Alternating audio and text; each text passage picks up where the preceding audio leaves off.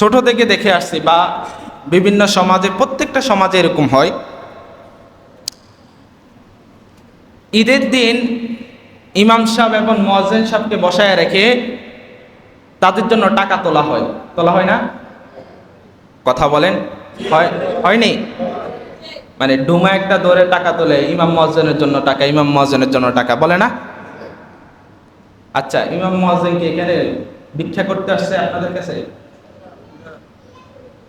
কথা বলে, ভিক্ষা করতে আসছে না, তারা আপনার ওই 5 টাকা 10 টাকার জন্য আসছে এখানে। আপনি মসজিদে বেতন দেন, এটা আলাদা হিসাব। মসজিদে যে টাকা দাহ্য, এটা আলাদা হিসাব।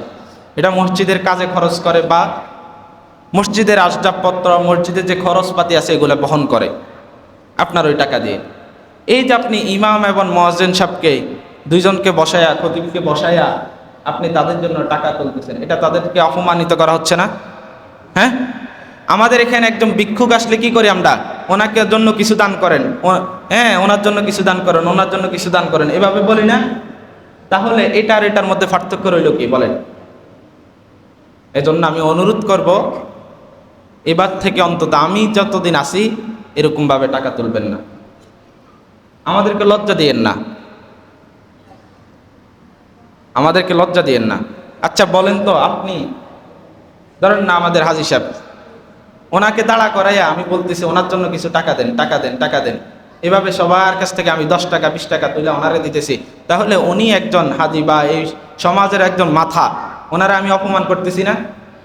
তাহলে আমারে যদি মিম্বারে বসাইয়া আপনি আমার জন্য এভাবে টাকা তোলেন, আমারও অপমান করতেছেন না? এটা করবেন না, কারো থেকে টাকা তোলার দরকার নাই। যদি কেউ খুশি মনে এসে হুজুরদেরকে কিছু হাদিয়া দিতে চায়, এটা ওনার ব্যক্তিগত ব্যাপার, উনি দেখ, এভাবে টাকা তুলবেন না, হুজুরদেরকে অপমান করবেন না। আর করবেন কোনো সময়? আমরা আমাদের সমাজকে সমৃদ্ধি এবং সুন্দরভাবে সাজাতে চাই।